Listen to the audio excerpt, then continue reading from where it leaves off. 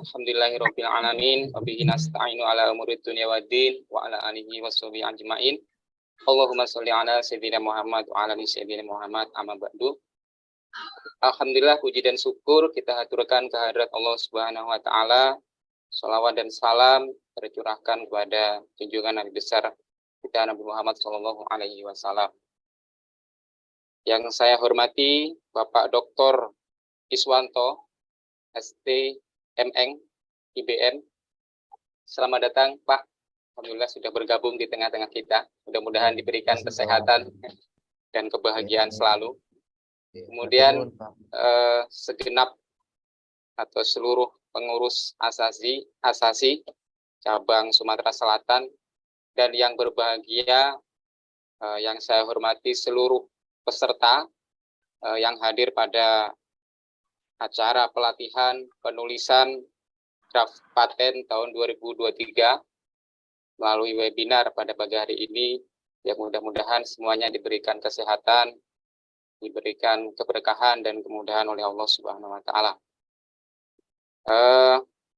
Pada hari ini kita akan melaksanakan acara pelatihan penulisan draft paten 2003 yang akan kita mulai dari jam 10 sampai dengan jam 12 ya. Mudah-mudahan nanti berjalan dengan lancar. Pertama-tama marilah kita buka dengan mengucap lafaz basmalah. Bismillahirrahmanirrahim. Kemudian acara yang kedua yaitu menyanyikan lagu Indonesia Raya pada seluruh peserta yang tergabung dalam Zoom. Marilah kita berdiri sebagai bentuk rasa syukur dan kebanggaan kita kepada Indonesia Raya. Dimohon untuk seluruh peserta berdiri sejenak, dan mungkin dari tim atau petugas bisa membantu untuk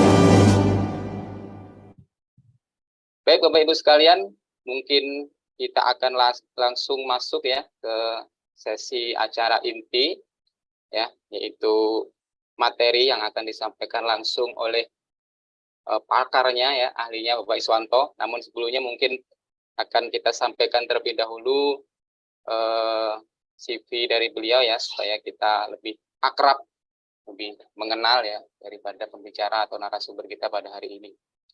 Untuk sesi materi ini saya akan langsung pandu ya, akan saya langsung moderatori. Mungkin sebelumnya saya perkenalkan diri singkat dulu.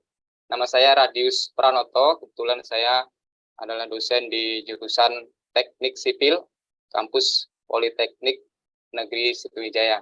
Bahagia sekali saya hari ini bisa langsung berjumpa ya dengan Bapak Iswanto. Ini pengalaman yang sangat berarti ya, bisa belajar langsung terkait dengan penulisan paten ya. Jujur saja Pak, ini saya sendiri juga belum ada pengalaman gitu, belum punya gitu. baru punya itu mungkin masih sebatas apa ya namanya ya, hak cipta atau ya, jadi sudah terdaftar tapi jauh yang belum paten, apalagi kalau granted. Ini kesempatan yang sangat berharga dan tentunya bagi seluruh peserta yang hadir pada kali ini. Baik, mungkin kita tampilkan dulu biodata ataupun CV, silakan dari panitia. Kalau tadi kita lihat beliau ini sudah punya 10 ya, kurang lebih 10 ya, bahkan lebih. Mungkin sekarang ini yang ada yang lagi UTW ya, Pak ya. Ada yang lagi UTW barangkali. Kalau saya lihat tadi itu 4 atau 5 tahun terakhir gitu. Itu 10 paten granted itu, 10 HKI granted, luar biasa gitu. Jadi sangat produktif.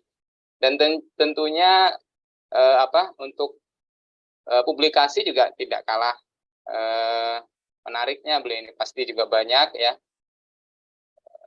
baik dari jurnal internasional ya ataupun nasional, baik dari penelitian ataupun dari pengabdian kepada masyarakat. Bisa di scroll nggak ini? Oke, kita lihat mungkin sekilas saja. Oke, jadi Bapak Dr. Iswanto ST MN IBM ya, kalau tidak salah IPM Pak ya, Insinyur Profesional Madya, luar biasa. Jadi beliau ini sudah mendapatkan Insinyur Profesional Madya. Jadi memang praktisi sekali nih. Jadi bukan hanya dunia akademisi saja, tapi tentunya praktisinya juga banyak. Gitu. Apalagi sudah dibuktikan dengan HKI yang granted tadi. Nah ini mungkin kalau mau mendapatkan gelar insinyur bisa di UMY, itu ada ada Pak ya? insinyur. Oh iya. Nanti mungkin bisa dilihat di webnya UMY AC.id, ini di sana untuk profesi insinyur sudah dibuka dari tahun 2018. Kemudian kemarin kalau nggak salah harganya juga sudah diturunkan sama Pak Rektor. Sudah diturunkan ya. Ini kabar baik Bapak Ibu sekalian yang mau mengambil insinyur profesional. Oke, siapa? Mudah-mudahan nanti ada yang berminat untuk ke sana. Oke, jadi bisa kita lihat Bapak Ibu sekalian, ini adalah biodata dari narasumber kita pada pagi hari ini. Indeks beliau sudah 13 ya. Fokusnya ini beberapa publikasi yang dimiliki oleh beliau. Ya, coba scroll ke bawah agak cepat mungkin. Oke. Oke, ini adalah beberapa publikasi baik jurnal ya ataupun proceeding. Kemudian nah ini adalah perolehan HKI ya. Benar ya, Pak Iswanto ya. Kalau kita lihat ini dari tahun 2012 berarti sampai dengan akhir tahun ini. Dan kalau kita tahu Bapak Ibu sekalian seluruh peserta bahwa mungkin kalau bagi yang masih terasa asing ya HKI itu seperti apa, ini tentunya kesempatan yang baik sekali untuk mendalami dan belajar.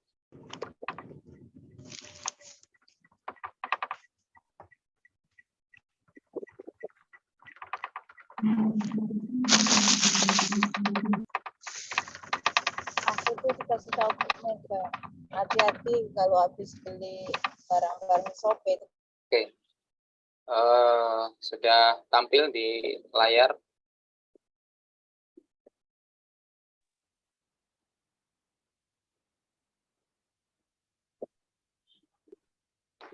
Baik, Pak Iswanto, bisa dilanjutkan mungkin Pak.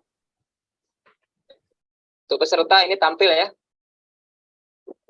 Mudah-mudahan bisa terlihat semua. Materinya, share screen-nya bisa dilihat peserta. Untuk PPT ini. Bisa, Pak. Pak Iswanto apa?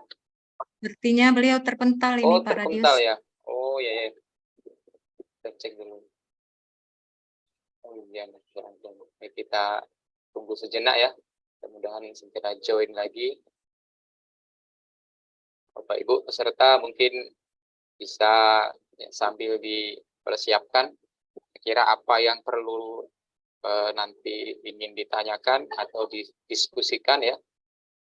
Tapi tentunya nanti juga ada batasan untuk pertanyaan gitu. Atau enggak kita kebatasi mungkin bisa sampai sore. Apalagi yang mungkin sudah punya bahan ya, atau draft ya yang ingin segera didaftarkan untuk paten, tapi masih ada kesulitan, kendala ya, atau mungkin butuh tips, triks gitu ya. Mungkin nanti juga bisa didiskusikan dengan narasumber kita.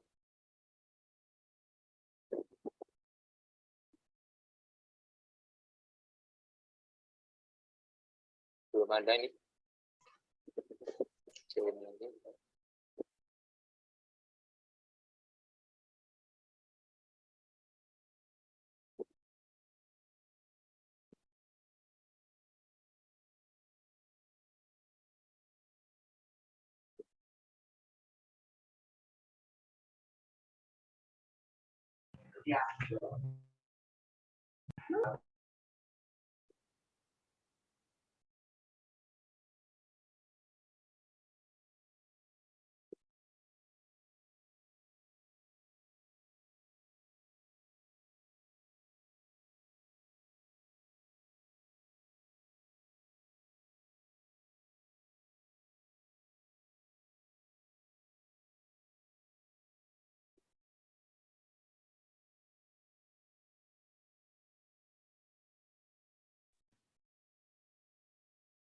Oke. Halo, Assalamualaikum. Salam, baik. Ya. Sepertinya terkeluar Pak ya. Ya, terlempar saya. Terlempar. Baik, mungkin bisa langsung dilanjutkan Pak Iswanto.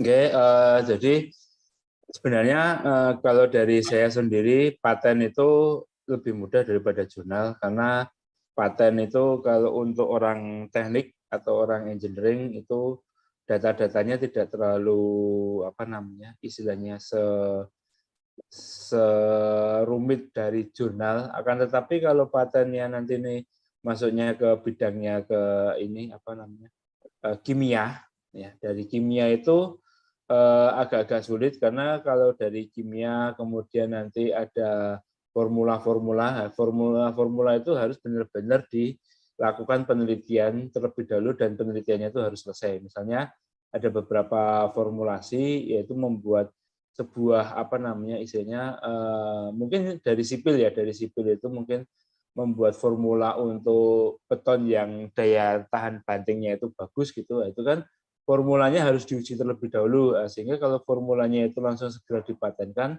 akan tetapi belum dilaksanakan diuji coba kan bisa berbahaya. Nah, tapi kalau dari sisi yang lain itu misalnya paten itu dalam bentuk desain, dalam arti misalnya mekanik, kemudian kalau dari sipil itu misalnya dari konstruksinya itu, meskipun konstruksinya itu belum jadi secara 100%, dalam arti itu bangunannya itu belum jadi, itu rancangan bangunannya itu pun bisa dipatenkan. Dan yang dipatenkan itu bukan dalam bentuk istilahnya gambar yang berupa foto, tapi gambar teknik itu nanti akan saya jelaskan lebih lanjut. Oke, next, penulisan spesifikasi paten. Next. Yang next siapa ya? Yang bantu. Oh, bukan saya soalnya Pak. Siap. Ya, silakan. Kalau tadi saya mau masuk di komputer, tapi tiba-tiba komputernya ngehang terus keluar Zoom-nya gitu. Ya, jadi saya minta bantuannya dari panitia aja. Kalau saya bilang next nanti di halaman berikutnya. Sekarang saya masuk ke outline. Jadi nanti dari sini saya akan menerangkan pertama pendahuluan, kemudian ada drafting spesifikasi dari paten, kemudian invensi yang diimplementasikan di komputer. Jadi ada yang sangat bagus di sini. Biasanya kan kalau kita membuat sebuah program atau algoritma di dalam komputer itu kan dia masuknya ke hak cipta. Akan tetapi di sini belum next, Mas, masih saya terangkan, bentar. Bentar, belum next, masih di outline dulu ya, jangan keburu-buru. Ya, jadi nanti invensi yang diimplementasikan di komputer itu misalnya saya membuat sebuah algoritma ya, algoritma dari fuzzy, yang dulu itu algoritma fuzzy itu kan Desainnya kan cuma dia ciptakan. Nah, dari sini nanti akan saya terangkan ada beberapa implementasi yang bisa dimasukkan ke dalam komputer. Selain itu sebenarnya ada metode juga. Metode misalnya metode penilaian dalam penjurian seni tari atau apa itu juga sebenarnya bisa dipatenkan juga. Next.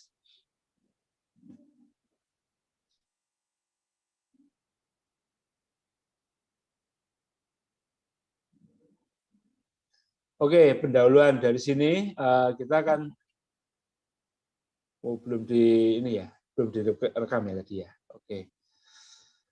Oke, dari sini saya akan menjelaskan tentang masalah pendahuluannya. Jadi invensi itu kan nanti ada dua bahasan, yaitu invensi itu harus kita lindungi dengan menggunakan paten, dan invensi itu harus kita tulis spesifikasinya dalam bahasa Indonesia. Sebenarnya paten itu ada dua ya, jadi paten internasional dan paten nasional. Kalau paten internasional kita akan mematenkannya itu dengan negara yang akan kita kunjungi. Misalnya saya mau mematenkan karya saya itu di negara Brasil, ya, atau di negara Argentina semuanya, atau di negara luar negeri. Kalau misalnya di negara Brasil itu berarti kita akan mengajukan patennya itu di negara Brasil, sehingga patennya yang milik saya itu dijadikan paten internasional.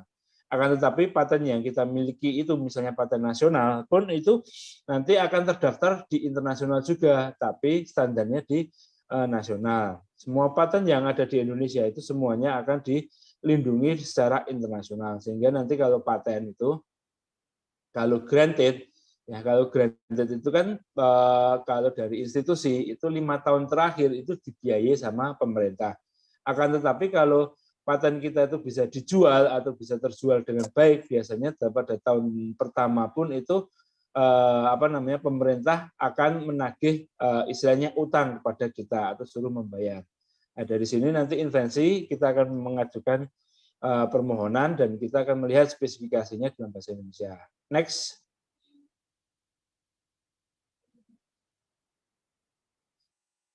Oke, di sini ada contoh ya, contoh Sigway ya, Sigway.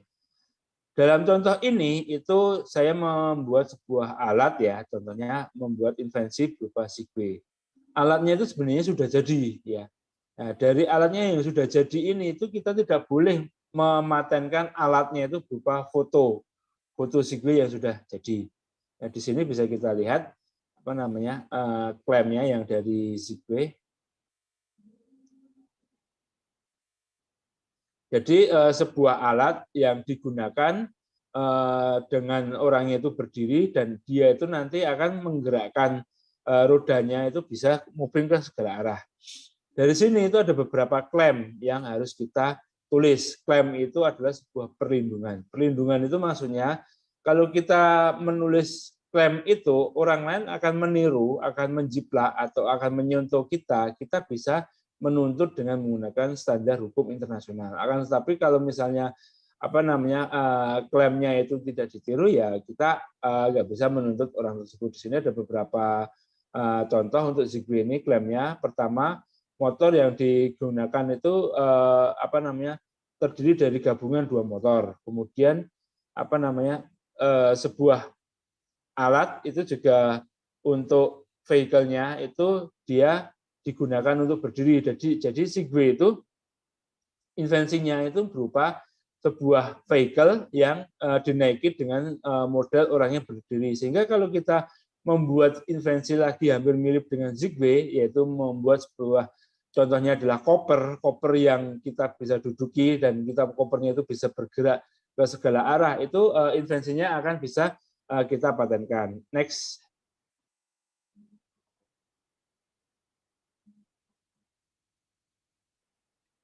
Jadi spesifikasi paten yang paling penting itu ada 4 ya, ada 4 di sini. Pertama deskripsi.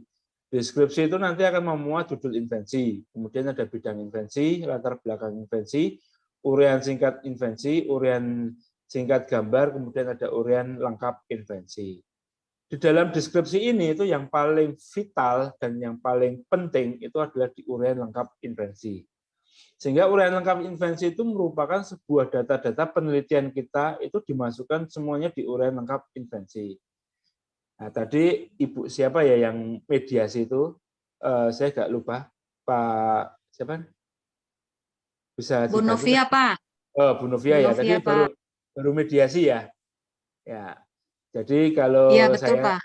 saya sarankan kata-kata mediasi itu mohon dihilangkan, Bu, karena nanti itu akan tersorot sama namanya KPK atau istilahnya itu termasuk melanggar hak dari ini apa namanya paten, ya. Jadi kalau mau bilang itu jangan mediasi ya, Bu. Jadi bilangnya adalah BIMTEK.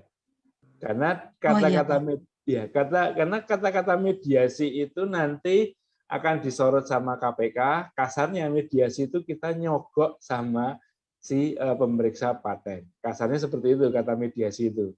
Ya, jadi saya punya pengalaman unik ya, dulu pernah saya mengadakan mediasi, tapi saya ngundang pemeriksa paten itu nggak bilang mediasi, tapi BIMTEK. Nah, dari BIMTEK itu ya sebenarnya sih nggak semuanya bisa tembus granted ya, prosesnya masih lama. Akan tetapi gara-gara saya melakukan BIMTEK itu tuh tahun 2022 atau 2021 ya, 2021 kalau nggak salah, itu banyak orang yang melakukan BIMTEK juga, tapi bilangnya tidak BIMTEK tapi mediasi. Gara-gara itu tuh KPK itu menyorot dari Direktorat Kementerian Hukum dan Kekayaan Intelektual. Di situ yang disorot adalah dari Kemenhumamnya itu dari pemeriksa paten. Nah, dari situ paten disorot, akhirnya semua diubah ya gara-gara ada kata mediasi itu, sehingga sampai sekarang saya kalau mau nego ke luar atau mau istilahnya menggradetkan itu saya tidak bilang mediasi tapi BIMTEK. Ada BIMTEK, kemudian ada lagi kata lagi itu saya agak lupa di istilah-istilah dari Kemenhumam itu banyak itu ya. Jadi di sini di uraian lengkap itu kalau kita mau BIMTEK-kan atau mau istilahnya tembuskan itu, kalau uraian lengkapnya invensi itu tidak selengkap-lengkapnya itu akan sulit. Apalagi kalau kita menambah uraian lengkap invensi pada waktu BIMTEK itu melanggar peraturan. Sehingga pada waktu uraian lengkap itu kalau kita tidak tulis banyak-banyaknya itu tidak bisa diubah.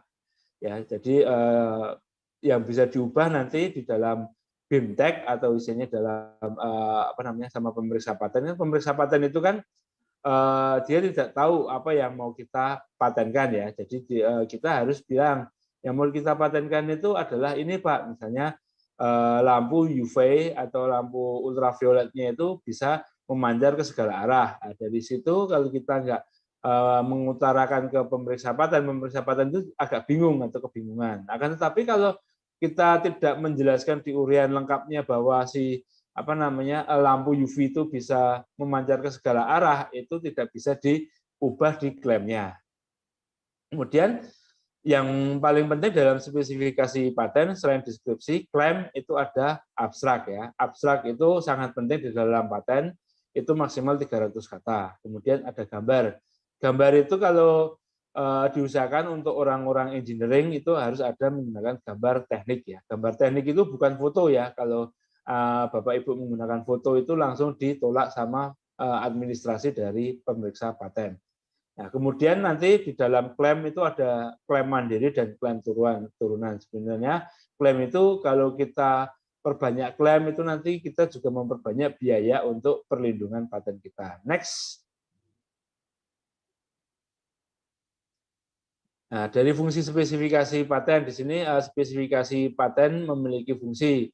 Paten itu kenapa sih kita mau matenkan? Karena kita itu mau melakukan sebuah perlindungan ya. Sebenarnya itu kalau saya bilang yang agak ekstrim itu ada teman saya yang dari ITB yang Bogor itu, dia itu lebih suka tidak mematenkan karena meskipun hasil karyanya itu tuh dia itu apa namanya tidak dilindungi, tapi paten itu kan perlindungannya kan hanya 10 tahun dan 20 tahun. Kalau 10 tahun itu paten biasa, 20 tahun itu adalah paten yang 10 tahun itu paten sederhana, yang 20 tahun itu paten biasa.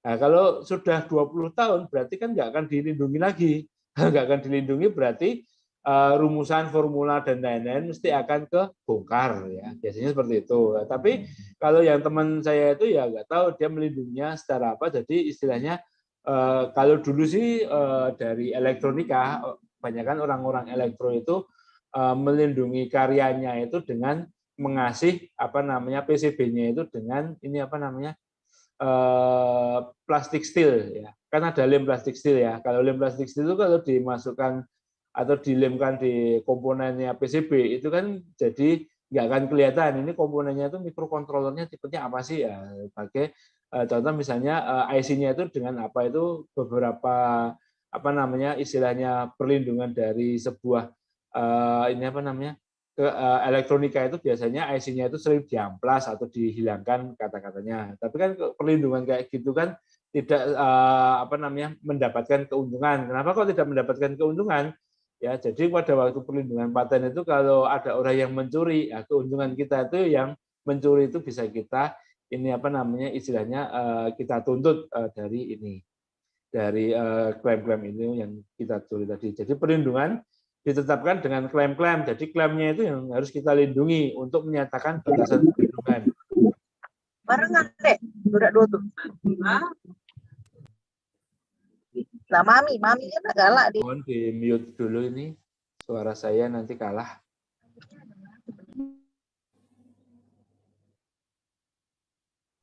Udah ya, udah di mute ya. Saya ulangi lagi.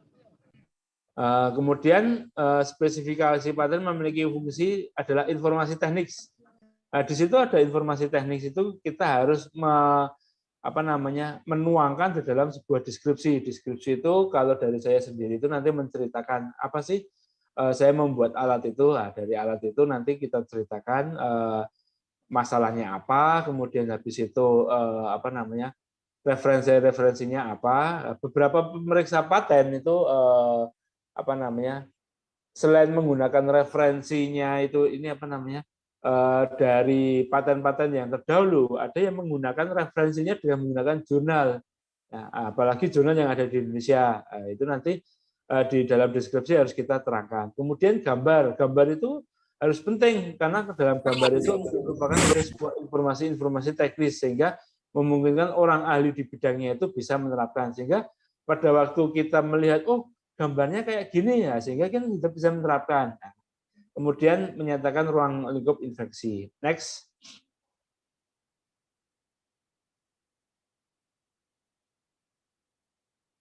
Nah, di sini format penulisan paten ya. Jadi paten itu ada standarnya kayak seperti jurnal ya. Jurnal itu juga ada kayak istilahnya template-nya. Paten pun harus ada template-nya. Template-nya itu dari DJKI itu sudah ada. Jadi tinggal nanti Anda bisa download dari DJKI-nya sendiri. Kemudian dari template-nya itu harus kita sesuaikan. Kalau template-nya nggak disesuaikan, itu nanti akan tolak secara administrasi. Jadi dibilangi template nggak sesuai gitu misalnya. Di sini ada beberapa contohnya. Jadi klaim dan abstrak itu dibuat secara terpisah. Kemudian menggunakan standar kertasnya itu adalah A4 ya. Tidak boleh menggunakan folio. Meskipun nanti kita tulis patennya itu harus banyak, ya harus kita menggunakan A4. Kenapa kok harus menggunakan A4? Nanti kalau kelebihan halaman kita suruh bayar, katanya seperti itu. Kemudian di sini ada nomor urut, kemudian ada nomor baris, kemudian ada pengetikan dengan tintanya harus warna hitam. Kalau tintanya itu warnanya abu-abu juga akan ditolak secara administrasi. Nanti paten itu ada sistem penolakan. Penolakan pertama adalah administrasi, kemudian penolakan itu kalau dari paten itu tidak langsung dibilang ditolak atau direject, itu enggak, tapi ditarik kembali. Kalau ada kata-kata ditarik kembali itu berarti paten kita itu ditolak gitu. Nanti penolakannya berarti pertama dari spesifikasi, yang kedua kita nggak membayar uang pemeriksaan itu nanti juga akan ditolak juga, akan istilahnya ditarik kembali. Kemudian kalau dari pemeriksaannya itu tidak bagus, ya kita juga akan ditolak atau ditarik kembali. Next. Nah, di sini adalah format penulisan paten, jadi ikutilah standarnya yang ada. Next saja. Biar nggak terlalu lama. Nah, di sini untuk gambar itu adalah gambar yang gambar teknik, bukan berupa foto. Nah, contohnya di sini itu adalah gambar satu, itu gambar tekniknya dari TIP-X ya. TIP-X itu kan ada beberapa cara, itu dipatenkan, misalnya ada scroll, ada istilahnya untuk memutar TIP-X, untuk menggulung TIP-X dan lain-lain. Kemudian gambar yang kedua itu adalah blok diagram, misalnya seorang ahli dalam bidang engineering electrical engineering itu biasanya menggunakan blok diagram, misalnya mesin pemotong kertas gitu secara otomasi ya. Di situ ada mikrokontrolernya, ada sensornya harus kita tulis secara jelas, misalnya menggunakan sensor untuk deteksi kertas, untuk sensor untuk mendeteksi kertasnya lembab atau enggak, itu bisa loh. Jadi pada waktu kita motong kertas itu kertasnya lembab toh, sehingga mesin tidak mau memotong itu juga bisa. Kemudian selain blok diagram harus dikasih dari flowchart. Flowchart itu juga penting, juga bisa untuk dipatenkan. Misalnya istilahnya flowchart algoritma jalannya si program ini. Next. Drafting spesifikasi paten. Next. Ya, kemudian dari sini kita harus mengidentifikasi invensi ya, penulisan spesifikasi paten.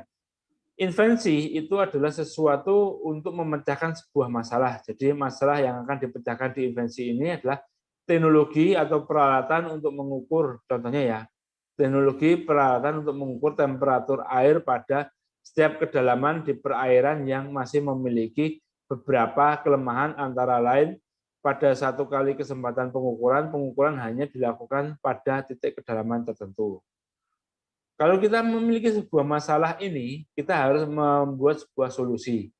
Solusinya yaitu alat untuk mengukur temperatur perairan yang terdiri dari beberapa sensor suhu yang dirangkai secara paralel pada satu kabel yang terpasang dan terlindungi dalam selang di mana kabel tersebut dihubungkan pada unit controller. Masing-masing sensor suhu itu dipasang pada alat memiliki alamat Unix dan dirangkai secara sejajar. Jadi dari masalah itu kita akan membuat sebuah solusinya. Dari solusi ini next nanti akan kita patenkan. Next. Nah, dari masalah tersebut sebelum kita mengklaim atau membuat daftar paten, kita akan membuat sebuah penelusuran. Penelusuran paten itu ada beberapa macam ya. Kalau saran saya itu menggunakan SPASenet. SPASenet itu digunakan oleh pemeriksa paten. Ya, selain SPASenet itu ada WIPO, kemudian ada PDKI, itu adalah penelusuran dari Indonesia, kemudian ada Google Paten. Nah, kemudian penelusuran itu yang tadi saya utarakan dengan menggunakan jurnal. Dengan menggunakan jurnal itu bisa menggunakan Google Scholar, kemudian bisa menggunakan web-web penyediaan jurnal, kemudian ada YouTube juga. Next. Judul invensi. Wah, judul invensi itu saya memiliki sebuah invensinya itu berbelit-belit. Nah, itu tidak boleh. Nah, jadi judul invensi itu tuh pertama singkat dan jelas menggambarkan bidang teknik ya. Jangan judul invensi itu tidak boleh ada kata merek atau iklan. Misalnya dari sini merek dagang itu misalnya Pepsodent. Nah, itu nggak boleh ya. Atau misalnya ada iklan, misalnya pujian. Pujian itu misalnya gini, teknologi lampu dengan menggunakan teknologi cahaya yang terang sekali. Ya, itu kan pujian terang sekali itu tidak boleh. Kalau ada kata-kata pujian kayak gitu, itu nanti akan direject. Misalnya alat pemotong pisang dengan menggunakan secara kecil-kecil, nah, itu juga pujian kecil-kecil. Nah, itu juga tidak boleh. Nah, kita membuatnya adalah alat pemotong pisang secara otomatis. Kalau otomatis kan bukan ujian, otomatis itu kan alat kalau pisangnya itu dimasukkan ke alat tersebut dia akan dipotong secara otomatis. Ya, contohnya di sini adalah alat pengukur temperatur pada perairan. Ya. Yang tidak boleh yaitu kendaraan listrik beroda dua, ada mereknya Segway. Ya, itu kan merek itu kan nggak boleh. Kemudian ada lagi yang pujian, alat pengukur temperatur yang sangat akurat. Oh, mau akurat apa tidak akurat ya kita tidak boleh menggunakan kata-kata pujian itu. Next.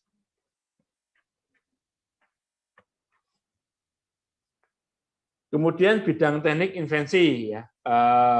Dalam ini penulisan di bidang teknik invensi mencakup uraian penjelasan bidang teknik ya, yang berkaitan dengan invensi. Ya, kalau kita mau invensinya itu misalnya alat penolong orang yang tenggelam ya, berarti kan kita di situ akan menulis uraian yang secara jelas itu adalah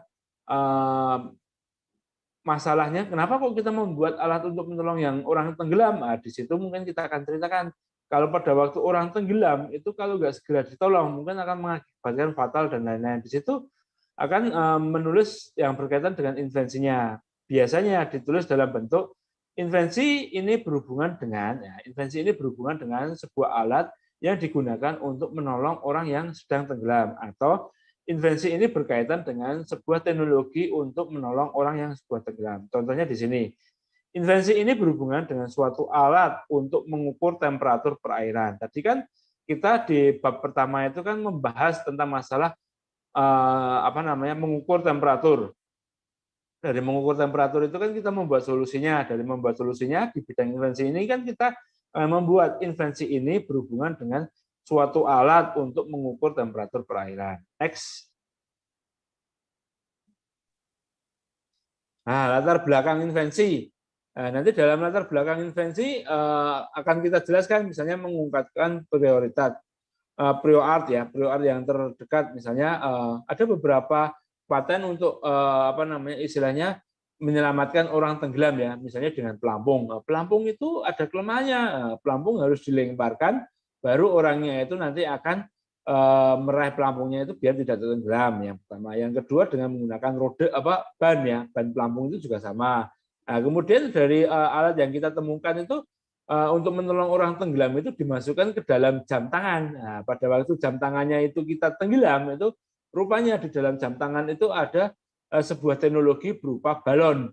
Balonnya itu diisi dengan gas nitrogen. Nah, pada waktu kita tenggelam, ya, jamnya itu tersentuh air. Nah, pada waktu tersentuh air itu ada sensor untuk deteksi air. Nah, pada waktu deteksi air, jamnya itu akan mengeluarkan balon yang akan diisi dengan gas nitrogen, sehingga kan proses penyelamatannya kan lebih cepat seperti itu. Kemudian mengungkapkan kelebihan-kelebihan ya, sebenarnya kelebihan-kelebihan yang tadi yang saya utarakan seperti untuk menyelamatkan orang tenggelam itu balon yang ada di jam tangan kita itu akan segera cepat menggelembung atau akan segera istilahnya diisi dengan gas nitrogen sehingga akan tepat untuk menyelamatkan kita.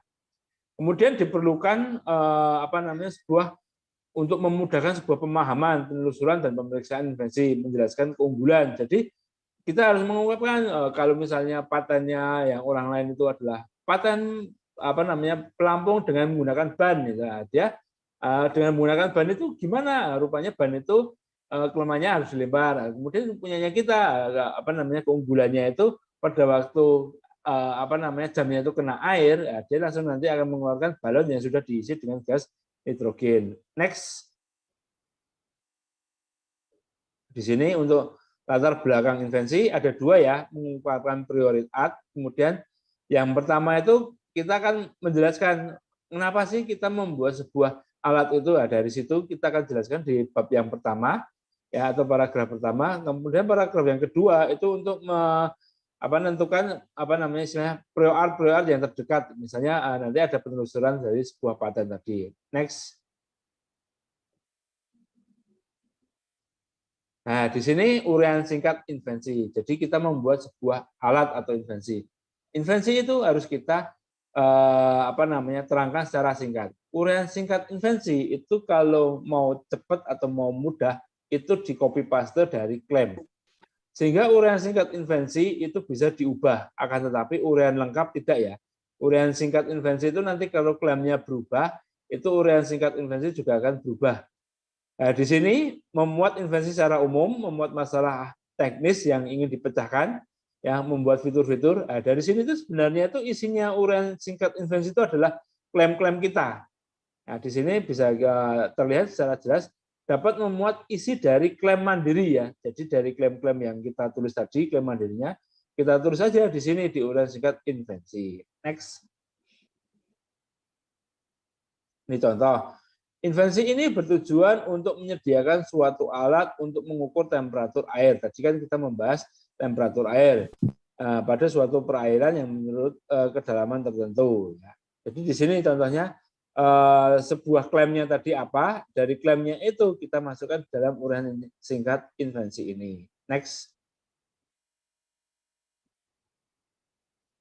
Uraian singkat gambar itu menjelaskan gambar kita ya. Jadi gambar 1 itu tentang apa, gambar 2 tentang apa, gambar 3 tentang apa. Jadi gambar itu tidak ada namanya keterangan gambar. Nanti di dalam gambarnya sebuah paten itu cuma tertulis gambar 1, kemudian tertulis gambar 2, kemudian gambar 3. Tidak seperti jurnal. Kalau jurnal itu gambar 1 itu tentang masalah grafik apa, gambar 2 blok diagram, gambar 3 flowchart. Kalau di paten tidak boleh seperti itu. Nah, untuk menjelaskan gambarnya itu apa, itu di uraian singkat gambar. Gambar 1 adalah sistem pengukuran temperatur yang terdiri dari apa. Gambar 2 itu apa. Next. Nah, ini yang paling vital. Kenapa saya bilang yang paling vital? Saya pernah pada waktu BIMTEK itu uraian lengkapnya itu tidak semuanya ditulis. Karena dulu pada waktu saya mendapatkan ilmu paten itu dibilang jangan ditulis lengkap-lengkapnya, nanti apa namanya paten kita itu terlalu banyak, kemudian apa namanya istilahnya bayarnya terlalu mahal. Itu malah salah kalau dalam beberapa apa namanya istilah pemeriksa paten yang sekarang. Kita harus menulis lengkap-lengkapnya di invensi ini. Nah, uraian lengkap invensi itu mencakup sedikitnya salah satu cara penjelasan invensi yang disertai contoh. Bila perlu mengatur gambar yang disertakan, serta menjelaskan pengertian invensi tersebut. Dalam uraian lengkap invensi itu kalau kita ada rumusan, formula, dan lain-lain, itu bisa kita tuliskan di sini. Misalnya, kita mau membuat sebuah apa namanya formula atau rumusan bahwa kalau cahaya itu semakin dekat, itu nanti akan membuat sebuah intensitas cahayanya itu semakin tinggi. Kalau panjang gelombangnya itu jauh, dia intensitas cahayanya akan semakin rendah. Itu akan dijelaskan di uraian singkat uraian lengkap invensi. Inversi yang menjelaskan tentang lengkap cangkupan memungkinkan orang ahli di bidangnya dapat melaksanakannya. Jadi dari uraian lengkap itu kita itu mau copy paste pun bisa, atau kita mau membuat paten kita sendiri itu bisa. Nah, pembaca yang dituju adalah ahli yang di bidangnya. Next. Dijelaskan satu cara terbaik untuk menjelaskan invensi, yaitu memberi contoh pembuatannya di uraian lengkap invensi, yaitu menulis istilah, ukuran, simbol, tanda harus konsisten di uraian lengkap invensi tersebut. Penulisan ukuran sebaiknya ditulis dengan menggunakan sistem yang internasional. Next. Ini contohnya uraian lengkap invensi ya. Jadi perwujudan invensi ini dijelaskan dalam bentuk gambar-gambar. Di sini contohnya akan menjelaskan tentang masalah temperatur air tadi. Next. Abstrak itu yang paling penting karena abstrak itu yang berada di depan sendiri. Ya, jadi di sini uraian singkat yang mengenai suatu invensi yang merupakan ringkasan dari pokok-pokok deskripsi dari klaim atau gambar, ditulis secara singkat dan tidak lebih dari 200 kata. Kemudian bisa dimasukkan rumus kimia atau rumus-rumus yang lain. Next.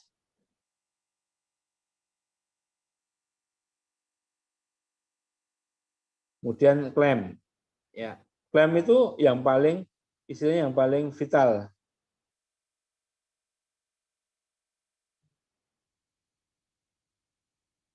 Ya, klaim itu digunakan untuk perlindungan dari paten kita.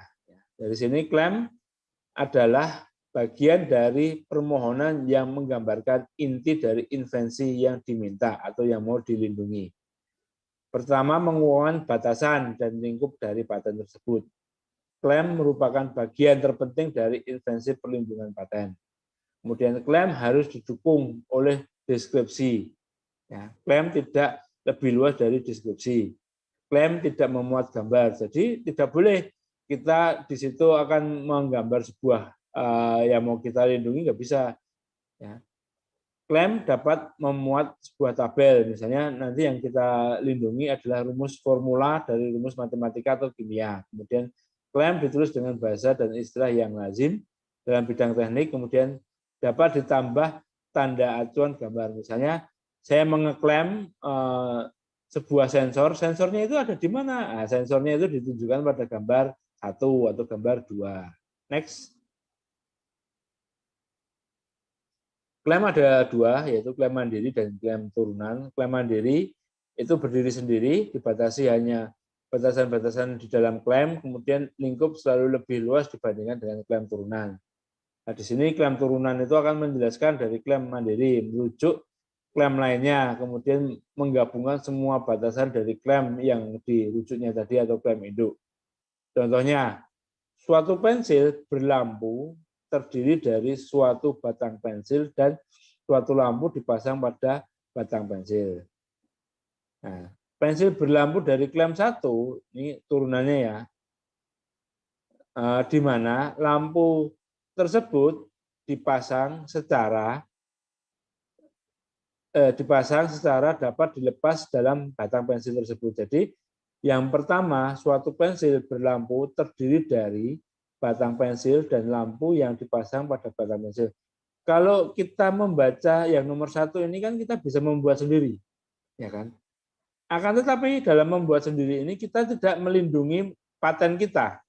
Nah, paten kita itu nanti akan dilindungi di kalimat nomor 2 dan 3. Kalimat nomor 2, pensil berlampu dari klaim pertama di mana lampu tersebut dipasang secara dapat dilepas pada batang pensil tersebut, sehingga kita akan melindungi sebuah lampu yang ada di batang pensil tersebut yang bisa dipasang dan bisa dilepas. Kemudian yang kedua yang kita lindungi, pensil berlampu dari klaim 1 dan klaim 2 selanjutnya terdiri dari apa saja. Ini yang akan kita istilahnya lindungi. Next. Di sini untuk formatnya penulisan klaim, yaitu pertama ya, yang paling penting sebuah peralatan untuk memasak nasi yang terdiri dari. Dari sini kita bisa melihat sebuah preambul atau judul dari invensi. Dari preambul itu kita bisa, oh saya mau mematenkan berarti alat untuk menanak nasi. Alat menanak nasi itu terdiri dari apa? Nggak mungkin ya alat menanak nasi itu nggak ada wadahnya. Itu yang pertama. Yang kedua, alat penanak nasi itu nggak ada panasnya, itu nggak mungkin. Berarti kan kita bisa membuat, kalau kita ada sebuah wadah, kemudian di situ nanti ada pemanas. Pemanas itu kan bisa dari apa namanya istilahnya elektrik atau dari gas atau yang lain ya. Nah, dari situ kan kita bisa membuat sendiri. Akan tetapi yang di preambul itu yang bisa kita buat oleh semua orang itu nggak ada yang kita lindungi. Nah, di mana yang akan kita lindungi? Next. Nah, itu back lagi, tak jelaskan. Berarti ini belum masuk ini. Back dulu ke preambul lagi. Kembali lagi yang tadi, Mbak atau Bapak Ibu. Nah, saya jelaskan ini dulu. Di sini kan preambul ya. Preambul itu adalah sebuah dasar kita bisa membuat sebuah alat. Ya. Jadi nanti penulisannya seperti ini, tidak boleh penulisannya yang berbeda. Ya, jadi ini adalah bahasa hukum, bukan bahasa teknik. Ya, dari bahasa hukum itu suatu peralatan, judulnya apa ya, untuk memasak nasi, kemudian terdiri dari, ya, ada yang terdiri dari itu adalah frase transisinya. Dari frase transisi itu terdiri dari sedikitnya satu wadah, satu itu nanti ditunjukkan pada gambar acuan untuk menyimpan nasi dan air. Kemudian sumber panas 2 itu juga nanti akan ditunjukkan pada sumber acuan yang dikonfigurasi untuk mentransfer panas ke dalam panci tersebut atau ke dalam wadah tersebut. Dari sini akan saya jelaskan. Next, preambul mendefinisikan kategori dari invensi. Jadi saya itu mau membuat sebuah alat itu harus ada preambulnya atau harus kata pembukanya. Kata pembukanya itu nanti akan menjelaskan atau menjelaskan dari kategori dari invensi tersebut. Mendefinisikan kategori invensi itu nanti ada dua. Ya, klaim itu ada dua, klaim produk sama klaim proses. Klaim produk itu adalah alat, kalau klaim proses itu adalah metode. Ya. Kemudian biasanya konsisten ini dengan judul yang ada di deskripsi. Kemudian kalau kita mau menulis klaim, misalnya klaimnya ini adalah tentang masalah alat, ya kita harus konsisten dengan judul deskripsi tadi. Contoh judul deskripsi peralatan menanak nasi. Nah, dalam arti judul deskripsi adalah peralatan penanak nasi, kita membuat sebuah preambul dari klaimnya tersebut dari suatu peralatan untuk menanak nasi. Tidak mungkin peralatan menanak nasi, meskipun sama-sama fungsinya sama, akan tetapi ini tidak boleh suatu peralatan dengan Magicom gitu. Apalagi Magicom adalah sebuah merek. Ya, itu tidak boleh. Sehingga judul sama preambul itu harus pas, harus sama, sehingga kita nanti mematenkan kan ya harus sesuai. Misalnya sebuah alat untuk mengatur lampu lalu lintas. Nah, di situ bukan langsung untuk preambulnya sebuah alat traffic light, itu beda. Ya, harus sama seperti judul preambulnya dan judul deskripsinya tadi. Next. Format penulisan klaim ya. Tadi itu ada fase transisi ya, terletak setelah preambul, berfungsi menggunakan preambul dan body ya. Fase transisi itu ada banyak ya. Misalnya sebuah alat untuk menanak nasi yang terdiri dari, berarti terdiri dari itu kan apa sih menanak nasi itu bagian-bagiannya. Kemudian ada lagi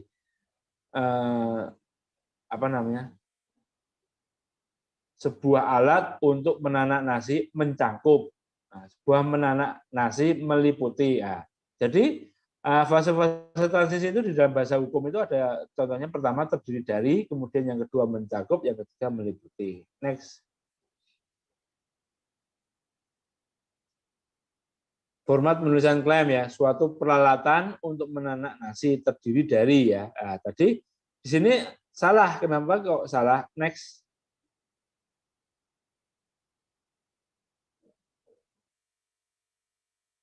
Nah, di sini kelihatan salah dalam arti sebuah penulisannya salah. Karena pernah salah, tidak ada hubungan antara elemen-elemen. Body claim di atas hanya merupakan daftar dari bagian-bagian tersebut. Next lagi, kita lihat yang benar. Nah, di sini untuk body claim-nya berisi elemen-elemen, unsur atau tahapan untuk menunjukkan hubungan elemen atau unsur dari tahapan tersebut. Berisi fitur-fitur invensi yang dipinta atau yang dilindungi. Di sini tadi contohnya yang salah. Bentar, belum next, back lagi. Sebuah peralatan untuk menanak, back lagi. Sebuah peralatan untuk menanak, jangan back. Iya, stop dulu. Sebuah peralatan untuk menanak nasi terdiri dari sedikitnya satu wadah yang digunakan. Nah, itu harus ada ini elemen-elemennya. Nah, dari sini nanti akan kita lihat next. Nah, di sini akan dijelaskan bagian pertama ya. Jadi klaim itu ada satu bagian, kemudian ada dua bagian ya. Satu yang bagian itu nanti cuma hanya terdiri dari pernyataan yang menunjukkan bidang teknik, kemudian ada yang bagian yang kedua terdiri dari pernyataan teknik yang mengenai invensi yang dapat diminta. Next lagi.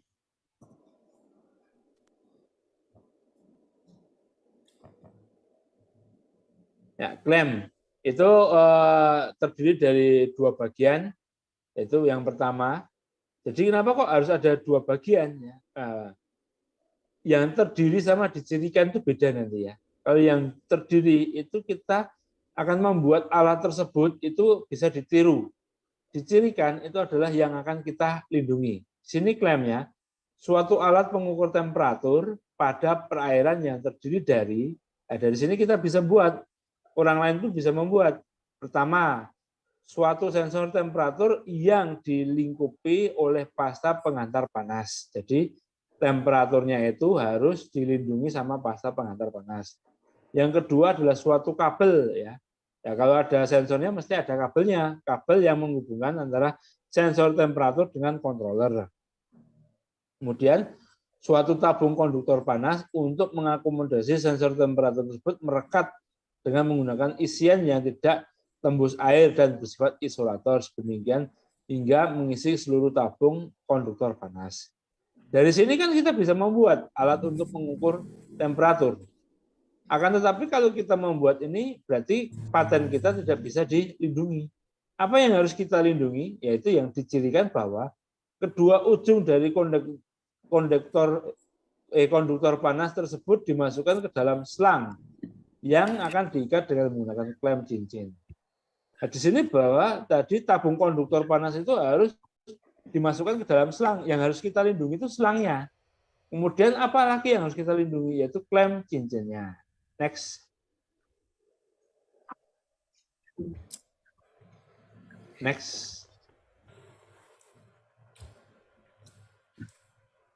Nah, kemudian klem ditulis dalam satu bagian ya. Tadi ada dua bagian, ini dalam satu bagian.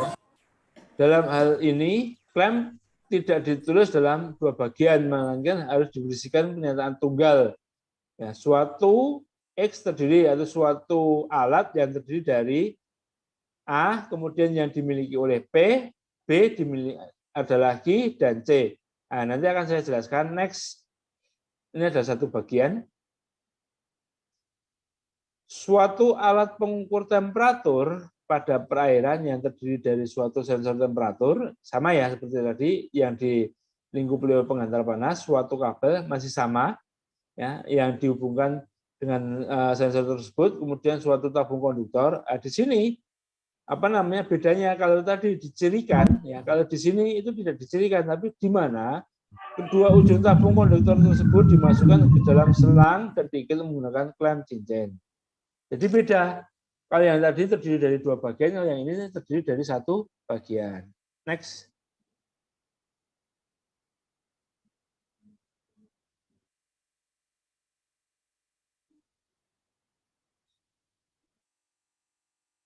Nah, tadi kan suatu tabung yang dimasukkan dalam selang dan ada cincinnya. Wah, itu gimana gambarnya? Nah, kita harus menjelaskan di dalam gambar. Nah, rupanya gambar invensi itu penulisan spesifikasi paten ya. Jadi gambar invensi ini akan dilampirkan ya. Pertama gambar invensinya itu yang sebelah kanan itu yang ada rumahnya. Akan tetapi kalau dari yang ada rumahnya itu kan kita nggak akan tahu, gambarnya kok ngopo loh, istilahnya kok sulit banget. Nah, sehingga dari situ kan kita zoom, kita potong, akhirnya ditunjukkan gambar yang kedua yang sebelah kiri. Gambar ini bukan dari hasil foto ya, akan tetapi merupakan gambar teknik. Gambar dapat dilengkapi dengan huruf. Jadi gambar itu harus ada huruf. Misalnya klem tadi ditunjukkan nomor berapa? Oh, klem itu ditunjukkan ke nomor 22. Kemudian sensornya ditunjukkan nomor berapa? Sensornya itu ditunjukkan nomor 24. Tabungnya di mana? Oh, tabungnya di nomor 25. Jadi harus ada ini nomor-nomornya. Gambar yang sederhana dan jelas membuat orang yang ahli di bidangnya itu akan lebih mudah untuk memahami invensi yang Bapak dan Ibu tulis. Next. Nah, ini contohnya untuk gambar invensi yang benar dan yang salah. Yang salah itu adalah foto Zigwe. Yang benar itu gambar tekniknya dari Zigwe. Gambar teknik itu tidak harus ada orangnya ya. Mungkin kalau apa namanya nggak bisa gambar orang ya cuma gambar Zigwe-nya aja. Kemudian blok diagram itu adalah gambar teknik. Next. Nah, ini contohnya pembuatan klem. Ya, ini adalah yang tadi lampu dengan menggunakan apa namanya pensil yang ada lampunya. Invensi ini itu berhubungan dengan pensil yang dilengkapi dengan lampu yang dapat digunakan untuk menulis gelap. Jadi kalau kita mau menulis gelap itu pada waktu apa namanya penanya itu kita klik, itu lampunya nyala, kita bisa menulis. Ya, kesalahan yang akan dipecahkan kesulitan menulisnya dalam keadaan gelap. Next. Contohnya klem ini. Suatu pensil, ya kita tahu ya pensil itu apa aja. Pensil itu terdiri dari ujung suatu batang pensil yang mencakup ujung distal yang mencakup bagian tulis yang dibuat dari arang pensil. Ya. Berarti kan kalau pensil itu kalau nggak ada arang pensilnya itu berarti bukan jadi pensil. Ya. Akan tetapi di sini sebenarnya klem ini itu tidak bagus. Ya, kalau mau bagus itu arang ini kan cuma pensil. Kita bisa memodifikasi, akan tetapi kalau hampir-hampir sama kita nggak bisa membuat klem lagi. Jadi di sini kalau kita membuat pensil itu harus ada sebuah batang pensil yang di dalamnya itu ada arang pensil. Kemudian yang membedakan pensil yang kita buat dengan pensil-pensil yang lain itu apa? Yaitu yang dicirikan. Dicirikan di mana ada lampu yang dipasang di batang pensil tersebut. Ya. Kemudian klem yang kedua, pensil sesuai pada klem 1 di mana lampu tersebut dipasang secara dapat dilepas pada batang pensil tersebut. Jadi kita mengeklem lagi. Kalau misalnya ada sebuah lampu, lampunya itu tidak bisa dilepas, itu berarti itu adalah contoh tiruan. Nah, biar kita akan melindungi, berarti di sini ada klaim berikutnya. Kemudian pensil yang sesuai dengan klaim 2 selanjutnya terdiri dari penghapus yang dapat dipasang pada batang pensil tersebut. Catatan bahwa penggunaan kata tersebut itu menunjukkan istilah dari elemen yang menuju pada klaim. Next.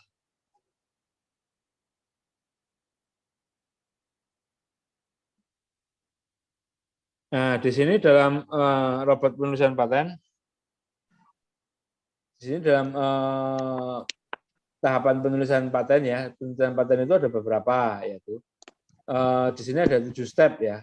Step yang pertama itu adalah kenali invensi yang ada tentang masalah klaim tersebut. Kemudian step yang kedua, kita harus membuat sebuah gambar ya untuk memperkuat invensi tersebut. Kemudian step yang ketiga, lakukan penelusuran. Kemudian habis itu kembangkan gambar atau pengetahuan tentang invensi tersebut. Kemudian buat uraian singkat. Kemudian buat latar belakang, baru judul invensi. Loh, kenapa kok kita nggak membuat sebuah judul invensi? Nggak bisa. Kita harus membuat sebuah klaimnya dulu sebenarnya. Klaim itu kita bisa membuat dengan menggunakan kenali invensi yang akan kita tulis. Ya, setelah kita buat klaimnya, yang dengan mengenali invensi yang kita tulis, kita harus membuat sebuah gambarnya. Ya, setelah kita buat gambar, baru kita telusur. Setelah kita telusur, baru nanti kita kembangkan gambarnya. Oh, rupanya gambarnya yang punyanya saya itu sudah ada milik punyanya yang lain. Ya, kita modifikasi. Sebagai contoh, saya mau membuat sedotan untuk diminum. Ya, sedotan yang untuk diminum itu yang dahulu lurus, sekarang bengkok. Nah, waduh, saya mau membuat klaim yang bengkok, rupanya sudah digambar sama orang lain. Ya, saya buat lagi, rupanya sedotan yang bengkok itu tidak saya masukkan ke dalam botol, akan tetapi saya letakkan di ujung botol. Nah, ujung botol bagian bawah. Itu akan membedakan sebuah klaim yang kita buat dan klaim orang lain. Kemudian buat uraian singkat, kemudian buat latar belakang, sehingga yang terakhir adalah judul paten.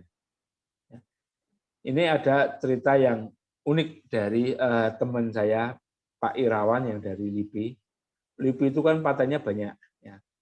Kenapa kok bisa patennya LIPI banyak? Itu karena pada waktu ada orang yang sudah matenkan atau membuat draft paten, itu dia cuman temannya satunya lagi itu lihat gambarnya. Oh, rupanya itu dia membuat sebuah kursi yang ada rodanya. Nah, kemudian temannya yang melihat gambar itu akan mengklaimkan lagi patennya dia dengan menggunakan rodanya itu dikasih sebuah motor biar pada waktu dia tanjakan bisa berputar. Nah, dari situ sebenarnya paten itu cepat pembuatannya. Nah, dengan kita melihat sebuah gambar, kita modifikasi sedikit, itu akan menjadi sebuah invensi yang akan kita miliki. Next. Nah, ini yang paling bagus, invensi yang akan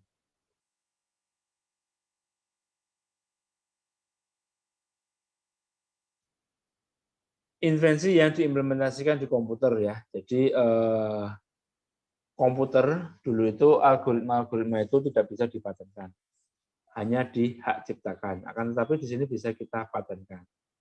Apa yang kita bisa patenkan? Next. Invensi yang implementasikan melibatkan pengguna komputer, jaringan komputer, atau peralatan yang dapat diprogram lainnya memiliki satu atau lebih fitur yang direalisasikan seluruh atau sebagian oleh pemrograman komputer. Di sini akan terlihat dalam pasal undang-undangnya paten, ya, invensi yang bisa dipatenkan itu tidak boleh ada kreasi estetika, ya, tidak mencakup kreasi estetika. Kalau invensi itu ada kreasi estetikanya, itu tidak bisa dipatenkan. Contohnya ya, contohnya kreasi estetika itu Zigwe itu dikasih sebuah bantal yang empuk biar penggunanya itu pada waktu capek berdiri duduk dengan nyaman. Itu kan kreasi estetika.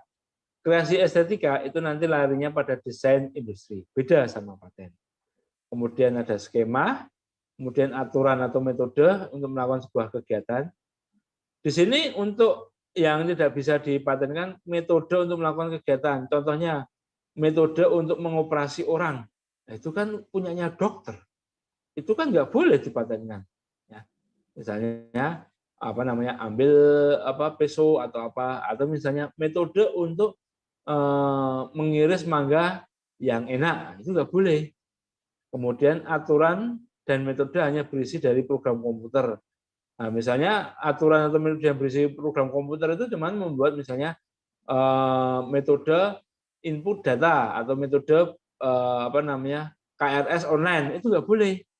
Nah, kenapa Pak nggak boleh? Karena itu nggak ada sebuah algoritmanya. Nah, contohnya misalnya metode KRS online yang belum melakukan registrasi, ya berarti yang belum melakukan registrasi kan ada sebuah algoritmanya dengan menggunakan algoritma jaringan saraf tiruan atau algoritma artificial intelligence yang lain. Kemudian presentasi mengenai sebuah informasi yang tidak boleh dipatenkan itu adalah discovery atau temuan. Next.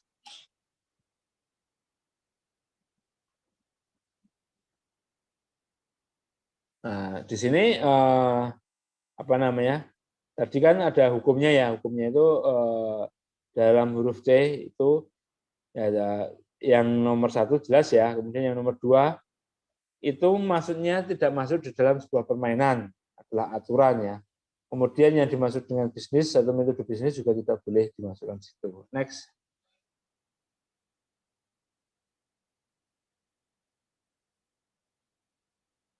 Nah, di sini yang dijelaskan di pasal D, yang dimaksud dengan aturan atau metode yang berisi dengan program komputer, yaitu program komputer hanya berisi program memiliki karakter, efek teknik, dan penyelesaian masalah. Namun apabila program komputer mempunyai karakter atau instruksi-instruksi yang memiliki efek teknis dan fungsi menghasilkan penyelesaian masalah yang baik mewujudkan maupun yang tidak terwujud, yang merupakan invensi yang akan diberi paten. Next.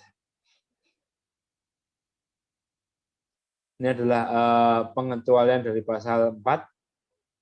Subject matter yang mencakup dalam pasal 4 tadi bukan merupakan invensi, namun jika subject matter yang diklaim untuk memiliki karakter teknis itu dapat kita patenkan. Next. Ini adalah hukum-hukumnya. Karakter teknis itu apa? Suatu subject matter yang memiliki karakter teknis apabila berhubungan dengan bidang teknis, yaitu menyangkut masalah teknis, kemudian mengakibatkan efek teknis, kemudian menggunakan secara teknis. Next. Nah, contoh karakter teknis itu pemerusahaan parameter data fisik atau nilai kontrol dari sebuah proses industri. Proses yang mempengaruhi cara komputer beroperasi, yaitu menghemat memori, meningkatkan kecepatan, keamanan suatu kecepatan transfer data, dan lain-lain. Kemudian ada fitur fisik, yaitu memori, port, database, server, terminal. Next.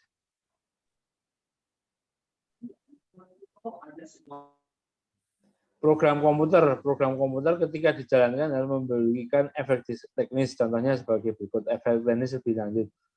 Kontrol rem mobil, kemudian komunikasi lebih cepat antara telepon bergerak, kemudian transmisi data yang aman, kemudian alokasi sumber daya pada sistem operasi. Yang tidak ada efek teknisnya yaitu efek estetika dari musik dan video, nggak bisa itu dipatenkan. Kemudian aturan baru pelelangan, nggak bisa. Kemudian perhitungan jurnal keuangan itu juga nggak bisa. Kemudian perhitungan hukum pensiun juga nggak bisa. Next.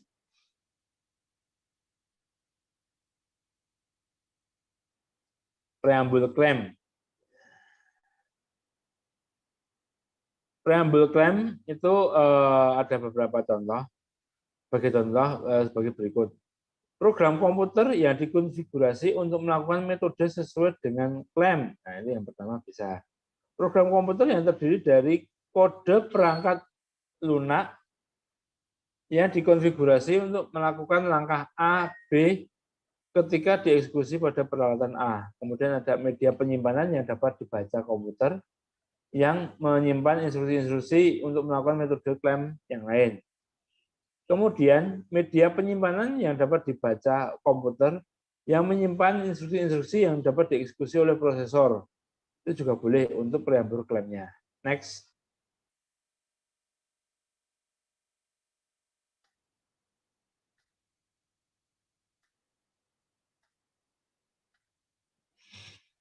Contoh klaim ya. Di sini untuk program komputer, yaitu klaim itu nanti ada dua, klaim metode sama klaim program komputer. Klaim metode sebagai berikut. Suatu metode komunikasi yang meliputi langkah-langkah sebagai berikut. Nah, tulisannya terlalu kecil, saya nggak buka komputer saya. Suatu metode komunikasi yang meliputi langkah-langkah berupa pertama menentukan dengan komputer waktu tunggu transmisi pertama merupakan waktu tunggu sebelumnya yang menjalankan transmisi data pertama. Ini adalah metode. Ya, metode itu adalah tata cara teknis yang ada di dalam komputer. Dari yang pertama menggunakan angka acak dan menentukan komputer apabila transmisi data pertama prioritas tidak tinggi atau gagal. Maka waktu tunggu transmisi sebagai berikut. Nah, ini adalah sebuah metode.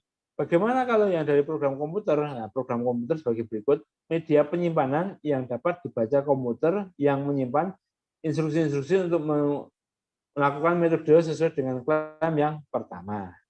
Next. Nah, alternatif dari klaim yang kedua itu suatu komputer yang dikonfigurasikan untuk melakukan metode sesuai dengan klaim yang pertama. Ya. Kemudian, contoh klaim yang terkait dengan invensi AI, yaitu Artificial Intelligence, suatu sistem untuk menilai atau memprediksi penyembuhan luka. Misalnya, saya membuat sebuah alat untuk mendeteksi penyembuhan luka dari diabetes mellitus. Dari diabetes mellitus kan kita bisa menggunakan kamera. Kameranya itu kan kameranya diambil dari ini apa namanya? Data dari kamera diambil dari luka diabetes. Kemudian dari data luka diabetes itu akan diolah. Oh, rupanya ini ada sedikit airnya atau banyak airnya atau sudah tidak ada airnya. Berarti kalau sudah tidak ada airnya berarti lukanya sudah sembuh. Nah, kemudian terdiri dari setidaknya suatu elemen pendeteksi cahaya, konfigurasi ya untuk mengumpulkan cahaya setidaknya dengan panjang gelombang yang pertama yang dipantulkan dengan panjang gelombang yang kedua. Ya. Di sini contoh klaimnya seperti ini. Next. Nah, di sini bisa kita lihat gambar invensi ya, gambar dari paten. Nah, di sini gambarnya itu berupa gambar yang teknik, bukan dari gambar foto. Nah, di sini gambar itu harus ditulis, harus ada ininya apa namanya, istilahnya nomor-nomornya. Nah, tadi untuk alat mendeteksi penyakit itu, di sini ada sebuah blok diagramnya. Dari sebuah image itu nanti ada convolutional layer-nya. Dari sini dia menggunakan sebuah algoritma JST, jaringan saraf tiruan. Dari jaringan saraf tiruan itu ada beberapa layer yang nanti akan menghasilkan sebuah output healing dan non-healing. Ini contoh yang blok diagramnya untuk yang alat untuk mendeteksi AI dengan mendeteksi penyembuhan luka dengan AI. Next.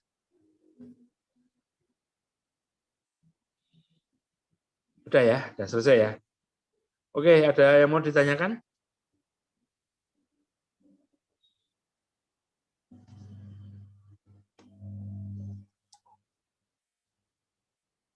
Mohon maaf Pak Iswanto, sepertinya moderator terpental keluar. Mungkin nggak apa-apa, saya ambil alih dulu aja. Siap. Saya ambil alih dulu aja. Ya, baik Bapak Ibu semua, kita masuk ke sesi diskusi. Silakan Bapak Ibu untuk memberikan pertanyaan secara langsung atau dari chat aja ya Pak ya. Mana Ya, bagusnya nih? boleh dua-duanya. Eh, ya, Kalau mungkin ya mau yang ya, ya silakan Bapak Ibu pertanyaan terbaiknya diberikan kepada narasumber kita, Bapak Dr. Iswanto. Ya, ada Bu Retno dari Polkes Jati. Silakan Bu Retno. Ya, terima kasih Bu Novia. Bismillahirrahmanirrahim. Assalamualaikum warahmatullahi wabarakatuh. Ya, Waalaikumsalam terima kasih warahmatullahi Pak Iswanto, luar biasa pencerahannya kepada kami semua. Pak Is, mohon izin kalau saya kebetulan dari bidang kesehatan, ini pengembangan saya mengembangkan probiotik, nah seperti itu. Ya, nah yang menjadi sering pertanyaan, apakah hasil penelitian kita, ini kan sering kalau penelitian harus publikasi, ada luarannya. Ini publikasi atau paten dulu, misalnya seperti itu. Nah, padahal ini ada kejaran target. Nah, seperti itu. Nah, sehingga pertanyaannya tadi, apakah hal kira-kira invensi yang kita hasilkan ini yang terkait dengan diajukan paten, kemudian publikasi, itu apakah bisa hal yang berbeda dari hasil penelitian kita, misalnya demikian.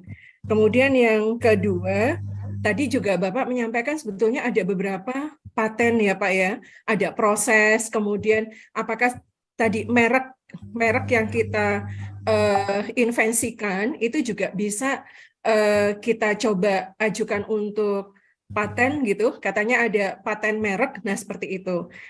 Kalau yang tadi Bapak sampaikan kan pada saat menulis, tetapi menggunakan ada merek dagang tertentu, misalnya demikian. Namun kalau kita mempunyai merek, ya, yang kemudian apakah itu bisa kita patenkan?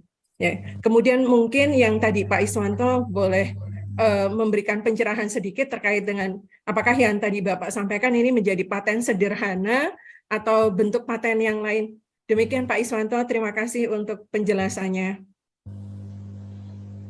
Ya, terima kasih Bu Retno. Mungkin lanjut silakan aja Pak Iswanto untuk menanggapi. Oke, yang pertama tadi apa ya? Saya nggak nulis sih. Ini Pak Is, terkait Ya. dengan luaran, seringkali publikasi atau paten kan seringkali kalau kita punya invensi harapannya coba diajukan paten dulu, baru publikasi. Katanya kalau publikasi kemudian paten sudah tidak bisa diakui, misalnya demikian. Nah, padahal prosesnya kan juga cukup lama. Nah, strateginya bagaimana Pak Is? Ya, saya jawab dulu itu kelihatannya tadi ada pertanyaan 1 dan 2 hampir sama. Jadi hasil luaran dari penelitian kita itu kita tergantung dari output yang kita janjikan. Ya. Kalau dari saya sendiri itu kalau mainnya ke Ristek Dikti itu saya maunya ke terapan itu janjinya paten karena paten itu lebih mudah kita daftarkan daripada jurnal karena kan di dalam Ristek Dikti itu cuman tertulis terdaftar paten bukan granted paten. Akan tetapi kalau di jurnal itu Ristek Dikti nanti akan tertulis publish sama submit ya. Kalau publish itu kalau kita janjikan submit tapi kita belum publish ya. Kalau kita janjikan publish tapi baru submit berarti Ristek Diktinya itu tahun kedua gagal. Ya, akan tetapi pada waktu paten itu cuma terdaftar saja ya sampai sekarang nggak granted saya sudah 3 tahun dalam melaksanakan paten dikti ya alhamdulillah masih aman-aman saja karena dari dikti kan tidak ada granted karena granted itu tidak bisa cepat ya kalau mau bisa cepat 1 tahun ya alhamdulillah tapi kalau nggak bisa 1 tahun ya memang agak sulit. 1 tahun itu biasanya paten itu kan ada 2 sederhana dan biasa. Nah, kalau mau cepat lebih enak menggunakan paten yang sederhana. Karena paten sederhana itu tidak terlalu ribet ya, tidak terlalu ngefek. Kalau paten biasa atau paten yang tidak sederhana ya paten biasa itu terlalu ribet. Ya, dan untuk masa granted-nya itu biasanya 3 sampai 5 tahun ya, tergantung dari antrian pemeriksa dari DJKI-nya itu. Sehingga untuk paten yang biasa atau paten saja itu juga kita membuat sebuah invensinya itu agak-agak berat, dalam arti invensi yang akan kita tulis itu harus bisa masuk ke dalam sebuah industri. Biasanya seperti itu. Sehingga kalau saran saya untuk memperbanyak paten itu masuk ke paten sederhana. Ya, karena paten sederhana itu ya cukup 1 tahun. Kalau paling cepat itu, kemudian nanti 10 tahun ya kalau kita sudah habis ya kita membuat paten lagi. Kalau saya memperbanyak paten itu dari paten sederhana itu. Kemudian paten sama jurnal outputnya ya dari riset itu semuanya kita dua-duanya kita jurnalkan dulu. Tapi untuk paten itu kemarin kalau nggak salah dari peraturan DJKI itu 1 tahun, ya bukan 6 semester lagi atau 6 bulan, tapi 1 tahun. Sehingga 1 tahun itu kita nggak menulis draftnya, ya itu nanti draft kita akan gagal karena jurnal kita sendiri atau publikasi kita sendiri. Nah, sehingga kita bisa mempublikasi jurnal pada waktu outputnya penelitian itu sudah keluar. Berarti kan kalau sudah ditulis jurnal kan outputnya sudah keluar. Dalam arti kalau misalnya Ibu membuat prebiotik atau apa tadi kan berarti itu sudah diuji cobakan sama orang lain atau misalnya sudah diujikan skala lab dan menghasilkan hasil prebiotik yang bagaimana, yang bagus atau yang jelek kan sudah keluar. Nah, itu langsung bisa dipatenkan, nggak apa-apa. Gitu. Ya, kemudian semuanya ditulis jurnal dulu biar jurnal itu bisa publish ya pada waktu selesai nulis jurnal baru menulis paten terlebih dahulu gitu. Itu ada yang kurang saya jawab pertanyaannya. Iya, terima kasih Pak Is. Satu lagi, paten merek Pak Is. Oh ya, paten merek ya. Ya. Oke. Jadi hak kekayaan intelektual itu dibagi menjadi 5, ya, Bu. Ya, kita membuatnya itu bukan semuanya kita patenkan, semuanya kita hak ciptakan, enggak, tapi kekayaan intelektual itu dibagi menjadi 5. Itu yang paling penting ya. Yang pertama itu adalah hak cipta. Hak cipta itu yang paling mudah ya. Cuman seminggu pun kita udah bisa menghak ciptakan. Akan tetapi kita harus ini ya Bu, agak waspada sedikit ya, karena kalau mau kenaikan pangkat, buku referensi yang kita tulis itu kan nilai kumnya 40, ya kan Bu. Pada waktu di hak ciptakan itu kalau Ibu masukkan 2, itu nanti akan diambil di hak cipta. Buku referensinya jadi 15 nilainya. Nah, itu sangat berbahaya bagi Ibu. Karena kenapa berbahaya? Referensinya 40 disudum menjadi 15 itu kan eman-eman. Akan tetapi universitas membutuhkan sebuah hak cipta. Ya. Strateginya bukunya referensi itu mau dihak ciptakan boleh, akan tetapi hak ciptanya itu tidak boleh dimasukkan oleh Ibu untuk penilaian dari jabatan fungsional. Meskipun tadi ada yang bilang ya, mohon maaf tadi ada yang bilang, wah kurang sedikit ya pakai hak cipta, tapi hak ciptanya adalah bukunya yang referensi. Ya, buku referensi sendiri itu sudah dinilai 40, kemudian Ibu nambah hak cipta 15, buku referensi itu akan hangus kalau judulnya sama. Kalau judulnya beda nggak apa-apa, itu masih ada toleransinya. Nah, sehingga kalau dari saya sendiri untuk hak cipta itu mendingan hak ciptanya kayak poster, kayak ini istilahnya kertas itu. Poster itu kan berarti kalau misalnya kita ngadakan seminar itu kan sering membuat poster. Poster itu dihak ciptakan boleh nggak apa-apa. Ya, kemudian selain hak cipta itu adalah paten yang tadi saya jelaskan. Setelah paten itu nanti kalau di dalam elektro itu ada namanya desain elektrik, tapi saya agak namanya lupa. Kemudian yang berikutnya adalah desain industri. Nah, desain industri itu misalnya Ibu membuat kursi. Nah, membuat kursi itu kursinya itu dibuat estetikanya bagus, itu masuk ke desain industri. Nah, kemudian selain desain industri itu ada namanya merek. Ya, merek itu juga merupakan kekayaan intelektual. Nah, merek itu bukan bisa dipatenkan, tapi merek ya tetap merek, kekayaan intelektual, bukan paten, bukan yang lain-lain, tapi tetap merek. Sehingga kalau mereknya itu mau kita kasarnya ya mau kita perbanyak, dalam arti kenapa kok saya bilang kasarnya mau kita perbanyak hak cipta kita ya hak kekayaan intelektual kita ya merek yang sudah kita daftarkan, logonya kita hak ciptakan. Akan tetapi kalau logonya kita hak ciptakan dulu, ya kita keluar ke gambar, itu akan kita daftarkan merek, gagal. Karena merek itu seleksinya juga ketat, nggak bisa seperti hak cipta. Yang paling cepat hak cipta, kemudian yang kedua itu desain industri, yang ketiga itu yang paling cepat itu adalah merek, kemudian yang keempat itu paling cepat adalah paten. Ya, itu cukup jelas Ibu? Ya, terima kasih Pak Is, terima kasih Bu Novia, Pak Radius. Siap, Ibu Retno. Masih ada? Silahkan Bapak Ibu sekalian. Jika ada yang ingin bertanya, kita masih ada waktu. Boleh sebaiknya langsung, supaya langsung nyambung ya. Jadi kalau kesulitan untuk berbicara langsung, boleh juga di chat. Silakan Bapak Ibu, mumpung narasumber kita masih ada. Oh, baik, ada satu nih Pak Iswanto.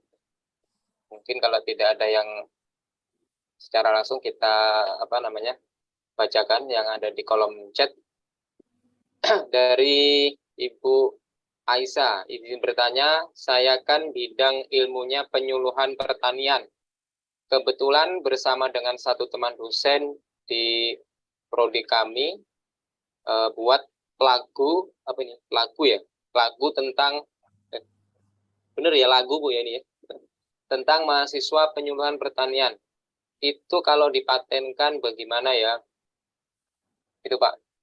Jadi ini lagu ya Bu Aisyah ya. Yang mau dipatenkan Pak. maksudnya lagunya nih berarti yang mau dipatenkan. Iya benar, lirik lagunya. Oh gitu. Oke. Oke, silakan Pak Iswan. Oke, tadi yang sudah saya utarakan di depan sama penanya yang pertama, kekayaan intelektual itu kan ada 5. Lagu itu kita masuknya ke hak cipta.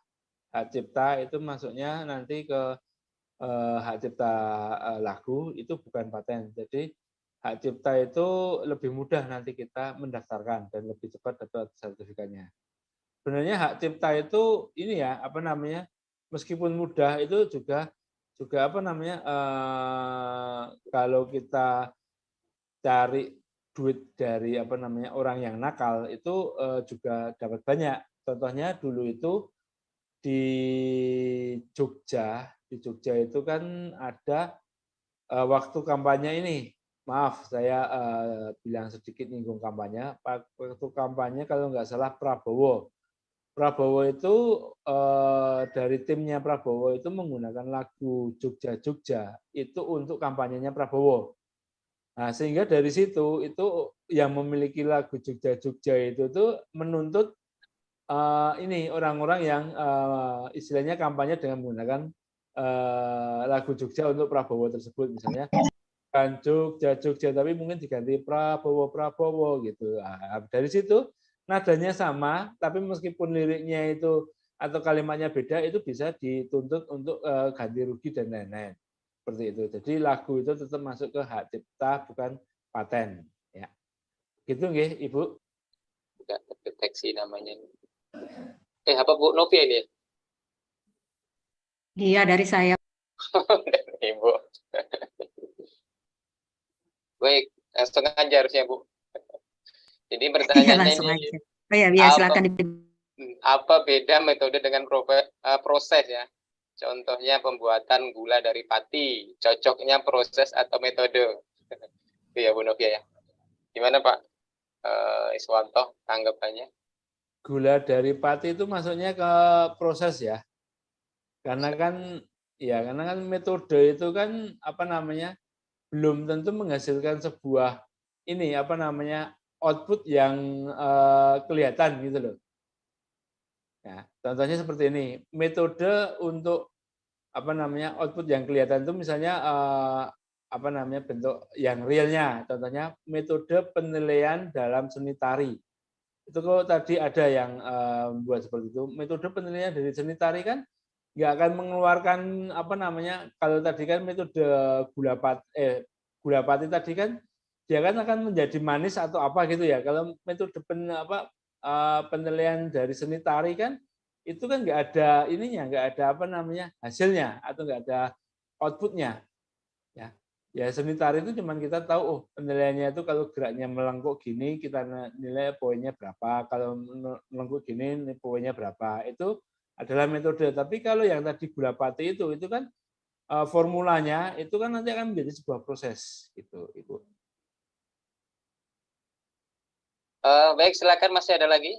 Sambil diingatkan ya seluruh peserta yang masih tergabung dalam Zoom webinar ini untuk bisa mengisi kehadiran yang linknya sudah di-share di kolom chat ya. Bapak Ibu sekalian silakan diisi sesuai dengan data. Kalau email ya mohon ditulis emailnya dengan baik dan benar, nomor HP ya, karena mungkin nanti mungkin ada sertifikat, mudah-mudahan ya nanti kita kirimkan dalam bentuk soft file melalui email. Ada yang lagi, bertanya tuh Pak Radius, oh ya, yang raise hand, Pak Muslimin. oh maaf. Oke, Pak Muslimin ya. Oke, baik, silakan Pak Muslimin diizinkan untuk menyampaikan pertanyaan. Warahmatullahi wabarakatuh. Waalaikumsalam. Baik, selamat siang Pak Is. Ya. Izin bertanya Pak, jadi saya itu sudah mengirim drafting ya terkait dengan paten sederhana dan sudah terbit juga nomor pendaftaran Pak, sudah terbit nomor pendaftaran. Namun di situ ada syaratnya, yaitu ada penyerahan dari kita invensi ke pihak kampus. Nah, namun di sana saya cari-cari suratnya itu tuh formatnya itu nggak ada gitu. Nah, setelah beberapa bulan saya cek lagi, draft saya itu hilang sudah tidak terdaftar lagi di form yang ada di DCKI itu. Nah, itu kira-kira memang berapa lama Pak ya batasnya? Dan kemudian format antara saya kemudian menyerahkan ke pihak kampus itu di mana draftnya itu, apa formatnya? Itu saja mungkin. Terima kasih. Assalamualaikum warahmatullahi wabarakatuh. Waalaikumsalam. Oke, silakan Pak.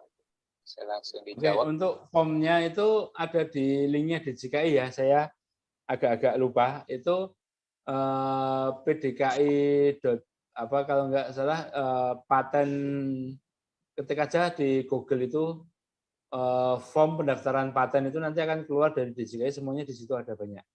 Ada di situ nanti diambil. Jadi kalau paten itu jadi gini ya, paten itu ada dua istilahnya bahasa. Yang pertama itu inventor, yang kedua pemilik. Ya. Beda inventor sama pemilik ya. Kalau inventor itu yang menemukan, pemilik itu yang megang. Nah, saya punya paten itu saya sebagai inventor, bukan sebagai pemilik. Karena kenapa? Ya yang memiliki adalah universitas. Kalau yang memiliki universitas ya udah semuanya diserahkan ke universitas. Nah, itu nanti kalau bisa